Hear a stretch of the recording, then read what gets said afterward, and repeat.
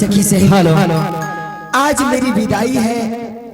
आज मैं अपने पिता के घर से पति के घर जा रही हूँ, क्योंकि बेटी का जन्म बेटा का जन्म एक बार होता है और बेटी का जन्म 2 बार। पहला जन्म पिता के घर, दूसरा जन्म उसके पति के घर। फर्क इतना है कि पिता के घर से बेटी की डोली उठती है और पति के घर से बेटी की अर्थी उठती है।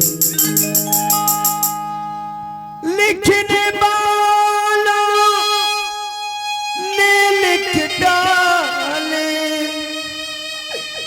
मिलने के साथ बिछोड़े, असहुर तुर जालाए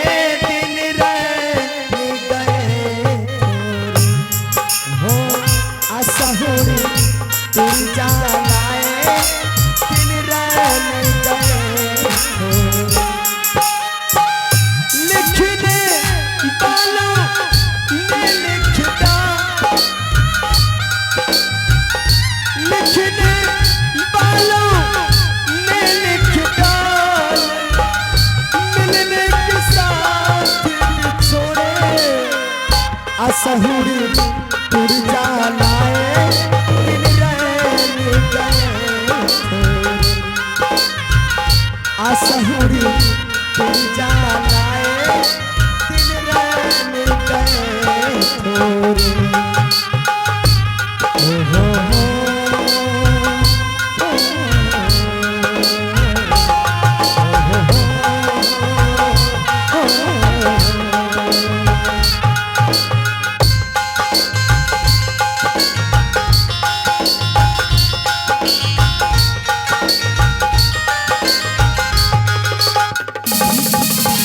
मुश्किल है इस शहर से जाना,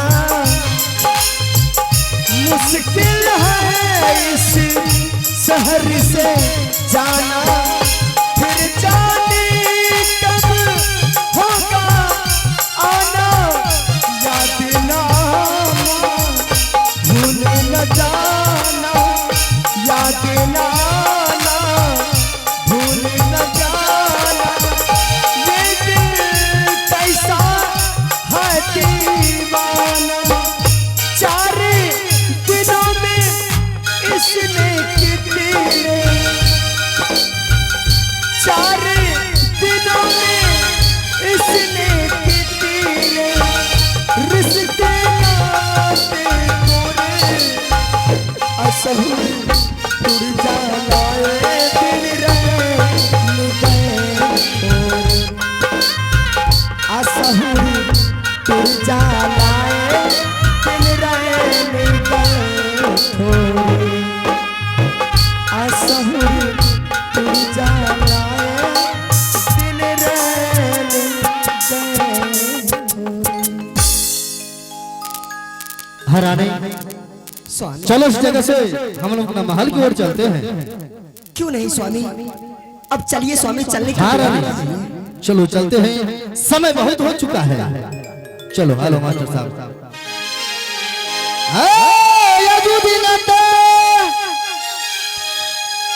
चल दुलारी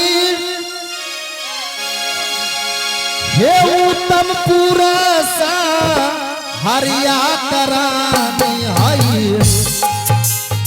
क्यों नहीं स्वामी, हे उत्तम पूरा सा हरिया है दुलारी, हे याद चलवा उत्तम पूरा सा हरिया।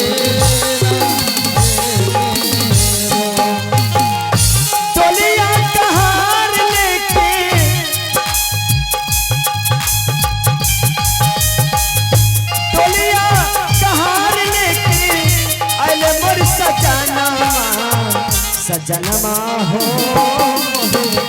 मंगलम गवाना, सजनमा हो मंगलम मगलन गवाना। डोलिया कहार लेके, डोलिया कहार लेके अले मोर सजनमा, सजनमा हो मोहे मगलन गवाना, सजनमा हो मगलन गवाना।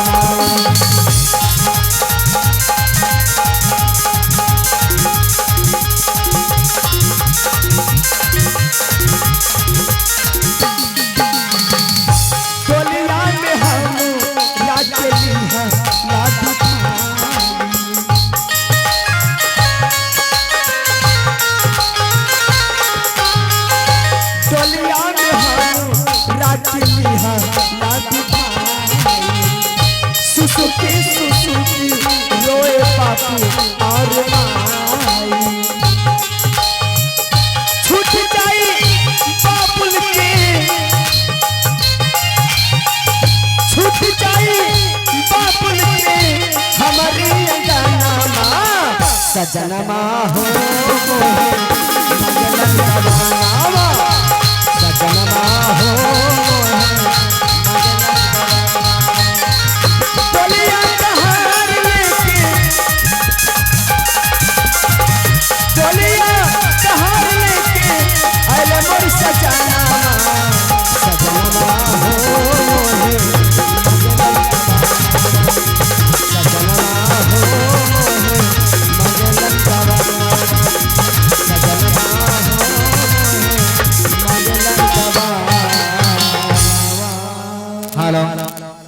हरानी।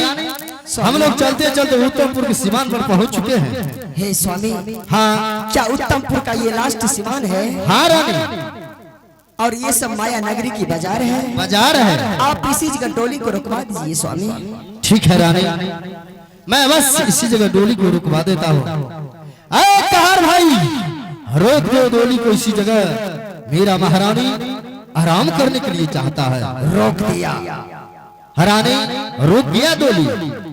हे स्वामी, हाँ मैं उत्तमपुर सीमान पर इसलिए डोली को रुकवाई हूँ, हाँ कि अभी अभी मेरी शादी हुई है। हाँ मैं नई नवेली दुल्हन बन के आपके महल तक जा रही हूँ। क्यों नहीं? हे स्वामी, मैं आपके महल के बारे में कुछ नहीं जानती हूँ। नहीं तो? इसलिए महल जाने से पहले आपके महल के बारे में मैं जानने के लिए चाहती हूँ कि आपके महल में कौन कौन रहते हैं और कितने सदस्य हैं। अच्छा हाँ स्वामी, मैं बस अपना महल के बारे में तुम्हें बताऊंगा। बताइए स्वामी।